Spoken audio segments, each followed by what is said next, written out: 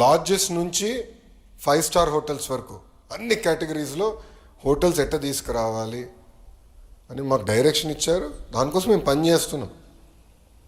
తిరుపతిలో కానివ్వండి, కర్నూలులో కానివ్వండి, అనంతపూర్లో కానివ్వండి, అమరావతిలో, విశాఖపట్నంలో, కాకినాడ, రాజమండ్రిలో పెద్ద ఎత్తున హోటల్స్ కూడా రాబోతున్నాయి.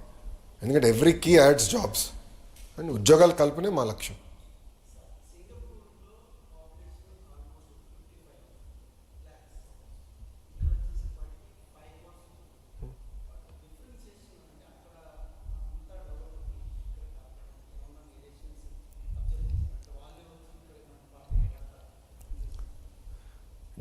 డిఫరెన్సియేషన్ ఏంటి చెప్పాలి? ప్రభుత్వ కొనసాగింపు. స్వాతంత్రం నుంచి అక్కడ ఒకే ఒక ప్రభుత్వం ఉంది. అప్స్ ఉంటాయి, డౌన్స్ ఉంటాయి నంబర్స్లో, కానీ ఒకే ఒక ప్రభుత్వం ఉంటుంది. ఆ ప్రభుత్వం కొనసాగింపు వల్ల పాలసీస్ కొనసాగుతాయి, ఇన్వెస్టర్స్కి కాన్ఫిడెన్స్ వస్తుంది, పెట్టుబడులు పెట్టేదానికి వస్తే ఎస్ ఈ ప్రభుత్వం ఉంటుంది, చాలా క్లియర్గా డైరెక్షన్ ఇస్తున్నారు, ఎస్ వీళ్ళు ఉంటారని భరోసా ఉంటుంది. ఈరోజు ఏమైంది? ఆంధ్ర రాష్ట్రంలో 5 సంవత్సరాలు టీడీపీ ఉండే, మేము చెప్పాం, కంపెనీలు తీసుకొచ్చాం. 5 సంవత్సరాలు వేరే ప్రభుత్వం వచ్చింది, ఉన్న కంపెనీలు తరిమేసినాయి. ఇప్పుడు మేము ఎక్కడికి వెళ్తే వాళ్ళు ఒకటే అడుగుతున్నారు, మీరు గ్యారంటీ ఇస్తారా జగన్ అధికారంలోకి రాడని వాళ్ళు అడుగుతున్నారు. ఎందుకంటే మేము అందరూ నష్టపోయాం గతంలో, మళ్ళీ అతను రాడని మీకు గ్యారంటీ ఇస్తారా అని అడుగుతున్నారు. సో ప్రభుత్వం కొనసాగింపు అనేది చాలా చాలా అవసరం. ఈరోజు భారతదేశం ఇంత స్పీడ్గా ముందరికి వెళ్తుందంటే, ఇతర దేశాలతో పోల్చితే ఇంత స్పీడ్గా ముందరికి వెళ్తుందంటే దానికి కారణం కేంద్రంలో continuity of government. The end goal is very clear, Viksit Bharat. $30 trillion economy మేము అవ్వాలి అని గోల్ పెట్టుకున్నారు, పని చేస్తున్నారు. భారతదేశంలో కూడా మేము గోల్ పెట్టుకున్నాం, $2.4 ట్రిలియన్ ఎకానమీ. ఒక గోల్ పెట్టుకుని పనిచేస్తే, ప్రభుత్వం కొనసాగింపు అనేది ఉంటే పెద్ద ఎత్తున పెట్టుబడులు వస్తాయి, ఇన్వెస్టర్కి కాన్ఫిడెన్స్ వస్తుంది. ఇప్పుడు సింగపూర్ గురించి మాట్లాడుతున్నాం, చైనా కూడా అభివృద్ధి అయింది కదా. ఎంత పెద్ద దేశం, ఎంత పెద్ద పాపులేషన్ ఉంది, ఆల్మోస్ట్ 1.3 బిలియన్ పాపులేషన్, అభివృద్ధి చెందారు కదా. సో ప్రభుత్వం కొనసాగింపు అనేది చాలా చాలా అవసరం, ఇది ప్రజలు గమనించాలి.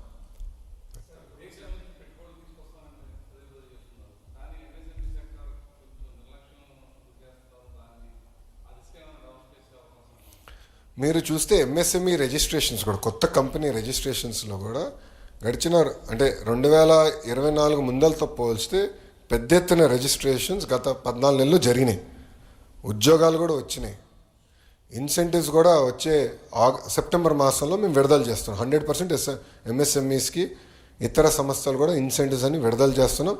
గౌరవ ముఖ్యమంత్రి గారు మమ్మల్ని చాలా స్పష్టంగా ఇన్సెంటివ్స్ పైన కూడా కొంచెం సందేహాలు ఉన్నాయి.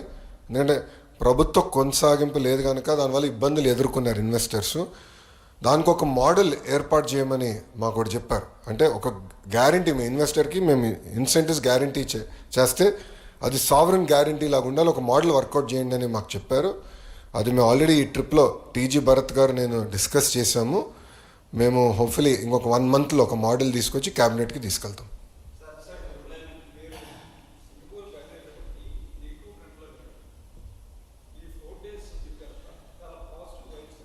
ఎస్,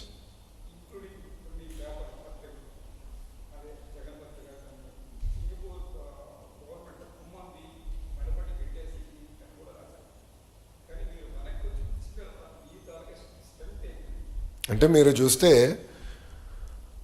ఒక మంత్రి గారిని కలిసిన తర్వాత ఆయన ఒక ఫేస్బుక్ పోస్ట్ పెట్టారు, 2019లో ఏకపక్షంగా ఒప్పందాలు రద్దు చేశారు అని ఆయన పెట్టారు. అధికారంలో ఎవరు ఉండేయండి అప్పుడు? వైకాపా ప్రభుత్వం కాదా? ఆయన తెలియదా ఇట్లా ఒప్పందాలు రద్దు చేస్తే ఇబ్బంది పడతామని? అంటే ఎలాంటి అనుభవం లేని వ్యక్తి, ఒక విజన్ లేని వ్యక్తి, కనీసం మంత్రిగా పనిచేయని వ్యక్తి ముఖ్యమంత్రి అవుతే ఇంత నష్టపోతాం స్వామి. ఆయన ఎంతసేపు నాకెంత అని ఆలోచించిన వ్యక్తి తప్ప ప్రజలకి మంచి చేద్దాం, అభివృద్ధి చేద్దాం, ఉద్యోగాలు కల్పిద్దాం, పెట్టుబడులు తీసుకొద్దాం అని ఏనాడైనా ఆలోచించలేదు.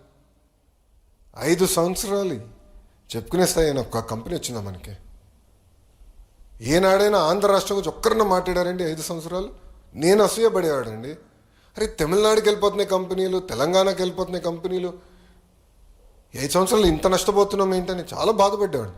అరే ఉన్న కంపెనీలు పంపించే కదా, అమర్రాజాని పంపించే. ఇట్లనే హెరిటేజ్ని కూడా ఇబ్బంది పెడితే వాళ్ళు వెళ్ళి పక్క రాష్ట్రంలో పెట్టుబడి పెట్టారు 5 సంవత్సరాల్లో. ఇక్కడ చేయనట్లేదు. కంపెనీలు రాష్ట్రం కోసం ఆగవండి, వెళ్ళిపోతాయి. వాళ్ళు కూడా కమిట్మెంట్స్ ఉంటాయి. చంద్రబాబు నాయుడు గారు వెళ్ళి చాలా స్పష్టంగా మేము మీతో ఉన్నాం, అయిపోయింది, కలిసికట్టుగా పనిచేద్దాం, ఒక అద్భుతమైన రోడ్ మ్యాప్ ఏర్పాటు చేసుకుందాం, ఫ్రేమ్వర్క్ పెట్టుకుందాం, ఆ ఫ్రేమ్వర్క్కి కొంచెం చట్టబద్ధత కూడా కల్పిద్దాం, కలిసికట్టుగా పనిచేద్దాం, మళ్ళీ ఆగిపోయిన అభివృద్ధిని ముందరికి తీసుకెళ్దాం అని చాలా స్పష్టంగా డిస్కస్ చేశారు. వాళ్ళు కూడా ముందరికి వచ్చి ఒక అమరావతి కాదు, రాష్ట్రంలో కూడా మొత్తం రాష్ట్రంలో మేము కలిసికట్టుగా అభివృద్ధి చేద్దాం. వేరే ప్రాజెక్ట్స్ అంటే ఇప్పుడు మీకు స్పెషల్ ఎకనామిక్ జోన్స్ కానివ్వండి, పోర్ట్స్ కానివ్వండి, ఇవన్నిట్లో కలిసికట్టుగా చేద్దామని వాళ్ళు ముందరికి వచ్చారు. సో గతంలో అమరావతి ఉండేది, ఇప్పుడు అమరావతి కాదు, అమరావతి కూడా చేద్దాం. ఇప్పుడు వరల్డ్ బ్యాంక్ కూడా వచ్చారు, ముగ్గురు కలిసి చేద్దామని ఒప్పుకున్నాం. అమరావతి కాకుండా ఇతర ప్రాంతాలు కూడా అభివృద్ధి చేద్దామని నిర్ణయం తీసుకున్నాం. మీరే చూస్తారు కదా, మీరే చూస్తారు.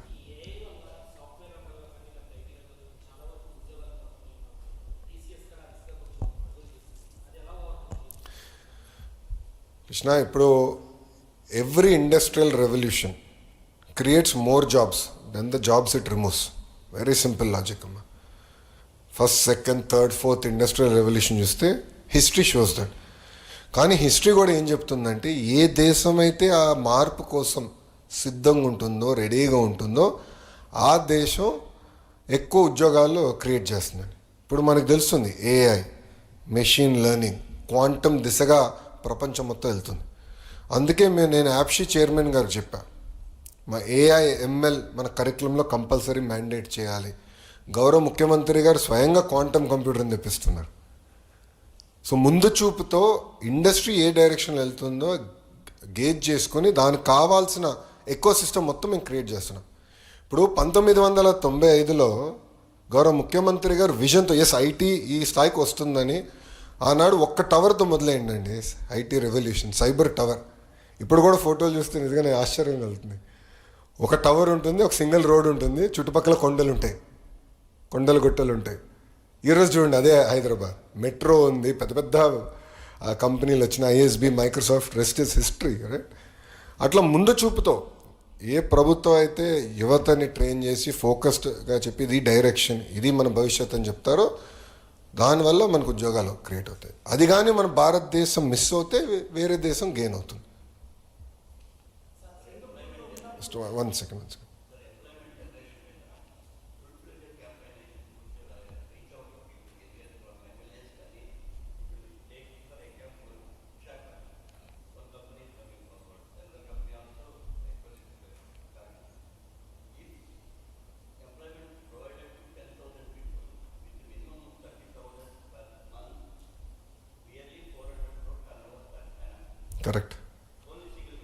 కరెక్ట్. మేము ఐ థింక్ టెంటేటివ్గా September we will be launching TCS అండి. అంటే వాళ్ళు ఆల్రెడీ లొకేషన్ చూసుకున్నారు, ఫిట్ అవుట్ జరుగుతుంది. Cognizant I think around October we're going to finish.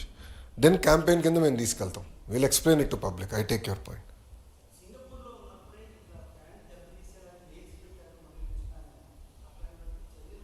100% చాలా కఠినమైన యాక్షన్ ఉంటుంది. అది మేము సీరియస్గా తీసుకుందాం నిర్ణయించుకుని. గౌరవ ముఖ్యమంత్రి గారు అక్కడి నుంచే డైరెక్షన్స్ ఇచ్చారు. ఎవరైతే ఆంధ్ర రాష్ట్ర బ్రాండ్ని దెబ్బతీసడానికి ప్రయత్నిస్తున్నారో వాళ్ళు ఎవరిని మేము వదిలిపెట్టాం, చాలా కఠినంగా తీసుకుంటాం. ఎందుకంటే ఒక్కసారి బ్రాండ్ పోతే ఎవరు రారండి. ఇప్పుడు ఆంధ్ర రాష్ట్రం అంటే అనుభవం ఉన్న వాళ్ళు కానివ్వండి, గౌరవ ముఖ్యమంత్రి గారు తెలిసిన వాళ్ళంటే నమ్మరు. కానీ కొత్త కంపెనీ, ఒక స్టార్టప్ కంపెనీ, ఇప్పుడు ఈరోజు ఏమైంది, స్టార్టప్ కంపెనీస్ 1 బిలియన్ నుంచి 100 బిలియన్ వాల్యుయేషన్కి వెళ్ళిపోతున్నాయి. అలాంటి కంపెనీస్ పట్టుకురాలని వాళ్ళకి డౌట్ వస్తుంది కదా, ఏంటిది ఇతర రాష్ట్రాలకి వెళ్ళాలనుకున్నప్పుడు ఈ ప్రాబ్లం లేదు, ఎందుకు ఆంధ్ర రాష్ట్రంలోనే ఏదైనా ఒక డౌట్ వస్తుంది కదమ్మా. అందుకే వీళ్ళపైన కఠినంగా వ్యవహరిస్తాం, దాంట్లో ఎలాంటి డౌట్ లేదు. We will not let them go. రిపీటెడ్గా జరుగుతున్నాయి. అందుకే ప్రజలు కూడా అప్రమత్తంగా ఉండాలండి. గతంలో ఆర్బీఐ, సెబీ వీళ్ళందరూ పంపించారు. ఇప్పుడు ఏకంగా సింగపూర్ ప్రభుత్వానికి మొత్తం ఆల్ మినిస్టర్స్ ఆల్ సెక్రటరీస్ పంపించారు. మళ్ళీ నిన్న కోర్టులో కేసేశారు. మొన్నే కదండి, నిన్న నిన్న నిన్న నిన్న ఈమెయిల్ అయింది. నేను రాత్రే కదా గౌరవ ముఖ్యమంత్రి గారు తిరిగి వచ్చారు, మేము పొద్దునే దిగా స్వామి. స్పీడ్ ఆఫ్ యాక్షన్ కూడా ఉండాలంటారు, అంతేనా? Not speed of doing business, speed of action. Agreed. Singapore ప్రభుత్వం తెలుసు చంద్రబాబు నాయుడు గారి గురించి, అందుకే పక్కన పడేసింది ఈమె. ఇప్పుడు చంద్రబాబు నాయుడు గారికి సింగపూర్కి ఉన్న అనుబంధం 1995లో మొదలైందండి. నా ప్రెస్ మీట్ స్టార్టింగ్ రిమార్క్స్లో కూడా చెప్పా, అధికారంలో ఉన్నా అధికారంలో లేకపోయినా బాబు గారు అంటే చాలా గౌరవం వాళ్ళకి ఫెలోషిప్స్ ఉంటాయండి. There are 2 fellowships. Lee Kuan Yew fellowship అంటారు, ఎస్ఆర్ నాథన్ ఫెలోషిప్ అంటారు. ఈ ఫెలోషిప్ అంటే ఒక సంవత్సరానికి ఒకరిని లీ క్వాన్ యూ ఫెలోగా సింగపూర్ తీసుకెళ్ళి ఆల్ ఎక్స్పెన్సెస్ పేడ్, అక్కడున్న పారిశ్రామికవేత్తలతో అదేవిధంగా పొలిటికల్ టీంతో గవర్నమెంట్ టీంతో డిస్కషన్ పెడతారు, ఎక్స్చేంజ్ ఆఫ్ ఐడియాస్ పెడతారు. గౌరవ ముఖ్యమంత్రి గారు ప్రతిపక్షంలో లీ క్వాన్ యూ ఫెలోగా వెళ్ళారు. నన్ను 2018లో ఎస్ఆర్ నాథన్ ఫెలోగా నన్ను పిలిచారు, నేను వెళ్ళా. ఆల్మోస్ట్ 6-7 డేస్ నేను కూడా ఉన్నా అప్పుడు సింగపూర్లో. సో వాళ్ళంతా గౌరవిస్తారు ముఖ్యమంత్రి గారు.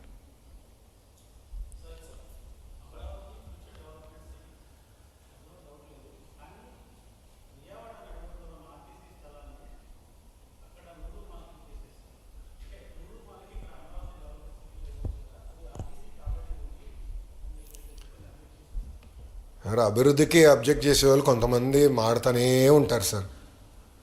ఇప్పుడు ఈరోజు పాపులేషన్ ఎక్కడ ఎక్కువ ఉందండి?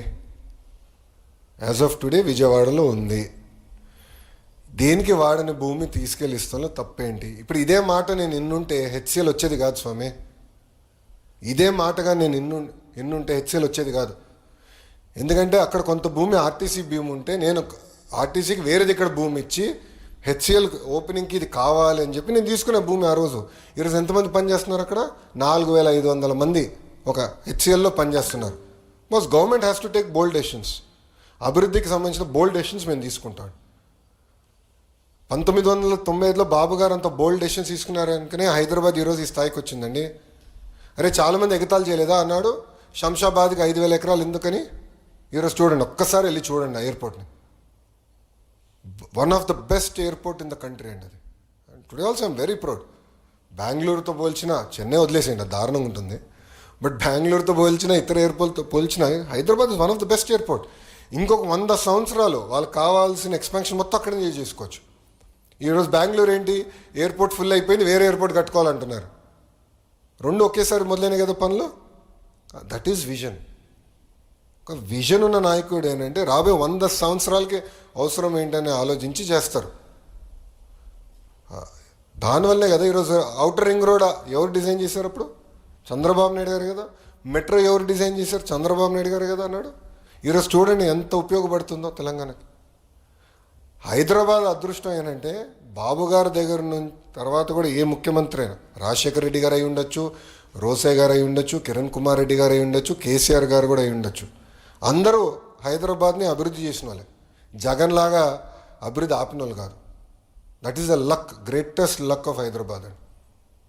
మన దౌర్భాగ్యం ఏంటంటే ఇలాంటి పులివెందల ఎమ్మెల్యే ఉంటాం మనకి.